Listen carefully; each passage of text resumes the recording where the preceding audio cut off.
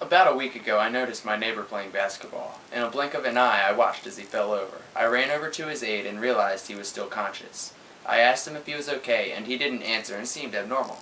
So I called 911, and he was later diagnosed with type 2 diabetes. Over the next few minutes, I will inform you about diabetes. You will learn about the types of diabetes, symptoms, test and diagnosis, and how to regulate the disease. I will start off by describing diabetes and its various types. Since diabetes affects more than 20 million Americans, it is crucial that people are aware of the disease. Diabetes is a lifelong disease affected by the high levels of sugar in the blood. There are three major types of diabetes. Type 1, the body produces either a small amount of insulin or none at all. This type of diabetes is usually diagnosed in childhood, but many have been diagnosed when they are older than 20. Type 2, in this form of diabetes, the pancreas does not produce enough insulin to keep the blood glucose levels normal. This usually occurs because the body does not respond well to insulin. This type usually occurs in adulthood, but is becoming more common due to increasing obesity and failure to exercise. Gestational diabetes. This type occurs when high blood glucose develops within a pregnant woman who does not already have diabetes. When someone has diabetes, insulin, a hormone produced by the pancreas to control blood sugar, is either absent or inadequate. People with diabetes have high blood sugar for two possible reasons. The pancreas does not produce enough insulin, their muscle, fat, and liver cells do not respond to the insulin, and the symptoms of diabetes vary slightly depending on the type. Type 1 diabetes, fatigue, increased thirst, increased urination, nausea, vomiting, and weight loss. Type 2 diabetes, blurred vision, fatigue, increased appetite, increased thirst, and increased urination. Gestational diabetes, blurred vision, fatigue, frequent infections including the bladder, vagina, and skin, increased thirst, increased urination, nausea, vomiting, and weight loss. Now that we know diabetes is a serious condition, I will now explain the risk factors and tests that are used to determine the disease. Risk factors are very important to note for this illness, as well as being aware of the different tests that are performed. Risk for contracting the disease: age over 45, immediate family members with diabetes, having gestational diabetes, or delivering a baby weighing more than 9 pounds.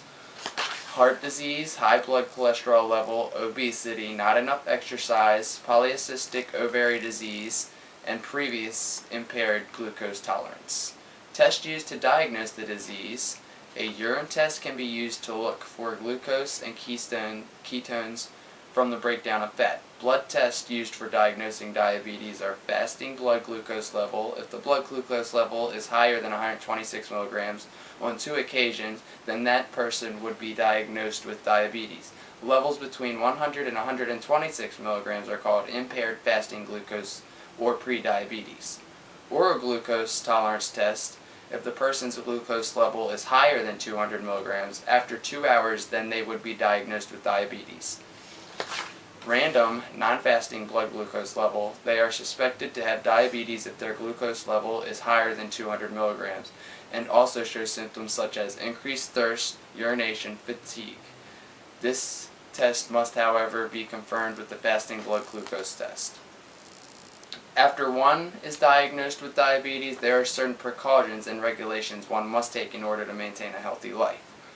Unfortunately, there is no cure for diabetes, but it can be regulated by various methods to control blood sugar and prevent symptoms. Eating habits can affect the blood sugar levels tremendously.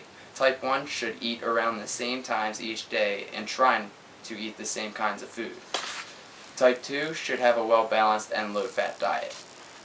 American Diabetes Association recommends that blood sugar levels range from 80 to 120 milligrams before meals and 100 to 140 milligrams at bedtime. If the blood sugar is tested and it is out of range, type 1 receive daily injections. Type 2 may exercise, diet, or use medications taken by mouth.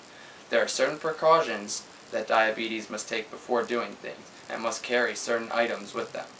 Check with your doctor before starting any new exercise programs. Exercise daily around the same time if possible.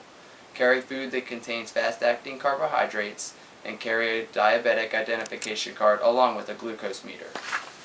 Drink extra fluids that do not have sugar before, during, and after exercise. Diabetes is the most common condition leading to amputations.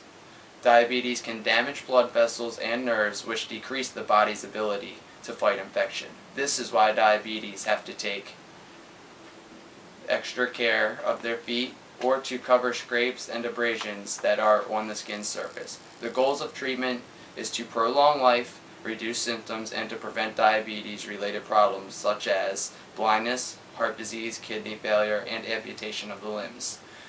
Diabetes is an illness that cannot be taken lightly. It is something that you always have to keep up on, or other serious conditions may arise.